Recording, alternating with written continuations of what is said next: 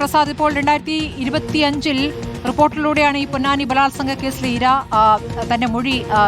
തന്റെ ആരോപണം ഉന്നയിച്ചിരുന്നത്. ഗുരുതരമായ ആരോപണങ്ങളായിരുന്നുവെന്ന് അവർ ഉയർത്തിയിരുന്നത്. അതിന്മേൽ ഇപ്പോൾ കേസെടുക്കാൻ ഇപ്പോഴും തയ്യാറാകാത്തതിൽ ഹൈക്കോടതിയിൽ നിന്നും അതിരൂക്ഷ വിമർശനങ്ങൾ വരികയാണ്. ഇതിന്റെ നാൾവഴി നമ്മൾ പരിശോധിക്കുമ്പോൾ എന്തൊക്കെ കാര്യങ്ങൾ ഇക്കാര്യത്തിൽ മുന്നോട്ട് പോയിട്ടുണ്ട് പ്രസാദ്?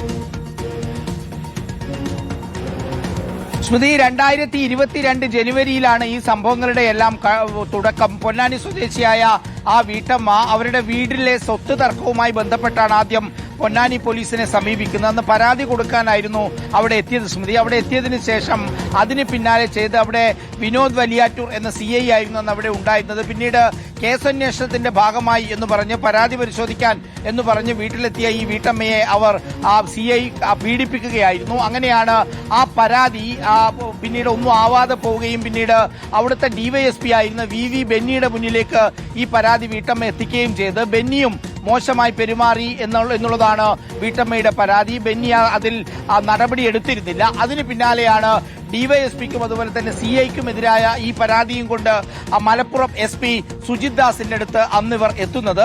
സുജിത് ദാസും ഈ സ്ത്രീയെ പീഡിപ്പിക്കുന്ന സ്ഥിതിയാണ് ഉണ്ടായത്. അത് 2 തവണയാണ് എന്ന് പരാതിക്കാരി വിശദമായി തന്റെ പരാതിയിൽ പറയുന്നുമുണ്ട്. ഈ സംഭവം നടന്നതിന് ശേഷം ആദ്യം അന്വേഷിക്കണമെന്നാവശ്യപ്പെട്ട SP സുജിത് ദാസിന്റെ അടുത്ത് സമീപിച്ചപ്പോൾ ചട്ടവിരുദ്ധമായ ഒരു അന്വേഷണം അതിന്റെ മുകളിൽ നടത്തി എന്നുള്ളതാണ്. സാധാരണ ഇത്തരം പരാതികൾ വരുമ്പോൾ FIR രജിസ്റ്റർ ചെയ്തതിന് ശേഷമാണ് അന്വേഷിക്കേണ്ടതെങ്കിൽ ഇത് സ്പെഷ്യൽ ബ്രാഞ്ചിനെ വിട്ട് അന്വേഷിപ്പിക്കുന്ന ഒരു സ്ഥിതിയുണ്ടായി. പിന്നീട് അതിൽ നടപടികളെടുത്തില്ല.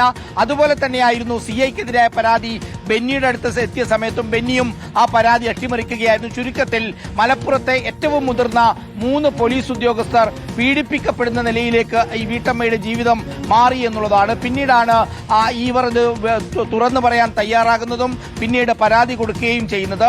പരാതി കൊടുത്തതിന് ശേഷവും ഈ പരാതി അട്ടിമറിക്കാനുള്ള വലിയ നീക്കമാണ് ഈ 3 ഉന്നത പോലീസ് ഉദ്യോഗസ്ഥരും നടത്തിയത്. അസാധാരണമായ ഒരു സംഭവമായി ഇതിനെ വിലയിരുത്തേണ്ടി വരും. കാരണം പോലീസിന്റെ അസോസിയേഷനുകൾ അതുപോലെ തന്നെ മറ്റിവിടുത്തെ പോലീസ് ആസ്ഥാനം ഉൾപ്പെടെ ഈ 3 പോലീസ് ഉദ്യോഗസ്ഥർക്കും നിയമസഹായത്തിന് വേണ്ടി പണം കൊടുക്കുന്ന സ്ഥിതി വരെ ഉണ്ടായി എന്നുള്ളതാണ് ഇതിലെ പ്രധാനപ്പെട്ട കാര്യം. അതിനുശേഷം ഇങ്ങോട്ടേക്ക് വലിയ നിയമ പോരാട്ടമായിരുന്നു. ആദ്യം അവിടെ CIക്ക് പൊന്നാനി പോലീസ് സ്റ്റേഷനിൽ പരാതി കൊടുക്കുന്നു. പിന്നീട് യുവതി, പിന്നീട് മലപ്പുറം SPക്ക് പരാതി കൊടുക്കുന്നു. നടപടിയെടുക്കുന്നില്ല.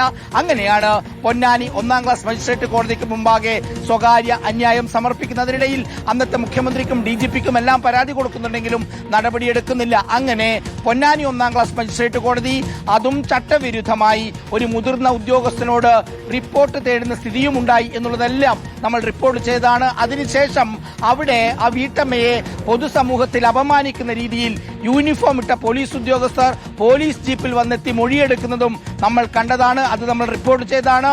അവിടെ നിന്ന് ഇങ്ങോട്ടേക്ക് അതിജീവിതയുടെ പോരാട്ടം സുപ്രീം കോടതി വരെ എത്തി. ഏറ്റവും അവസാനം സുപ്രീം കോടതി നിർദ്ദേശപ്രകാരമാണ് പൊന്നാനി മജിസ്ട്രേറ്റ് കോടതിക്ക് മുന്നിലേക്ക് വീണ്ടും ഈ കേസ് പരാതി എത്തുന്നതും വിശദമായി 2 ഭാഗത്തിന്റെയും വാദം കേൾക്കുന്നതോടൊടുവിൽ 9ാം തീയതി FIR രജിസ്റ്റർ ചെയ്യാനുള്ള ഉത്തരവ് 1ാം ക്ലാസ് ജുഡീഷ്യൽ മജിസ്ട്രേറ്റ് കോടതി എടുക്കുന്നതും അത് പോലീസ് സ്റ്റേഷനിലേക്ക് കൈമാറാനുള്ള തീരുമാനമുണ്ടാകുന്നതും. പക്ഷേ ദിവസം ഇത്രയുമായിട്ടും അവർ ഉന്നത പോലീസ് ഉദ്യോഗസ്ഥരായതുകൊണ്ട് മാത്രം കോടതിയുടെ നടപടികളെ പോലും ധിക്കരിക്കുന്ന നിലയിലേക്ക് വന്നപ്പോഴാണ് ഹൈക്കോടതി വടിയെടുത്തിരിക്കുന്നത്.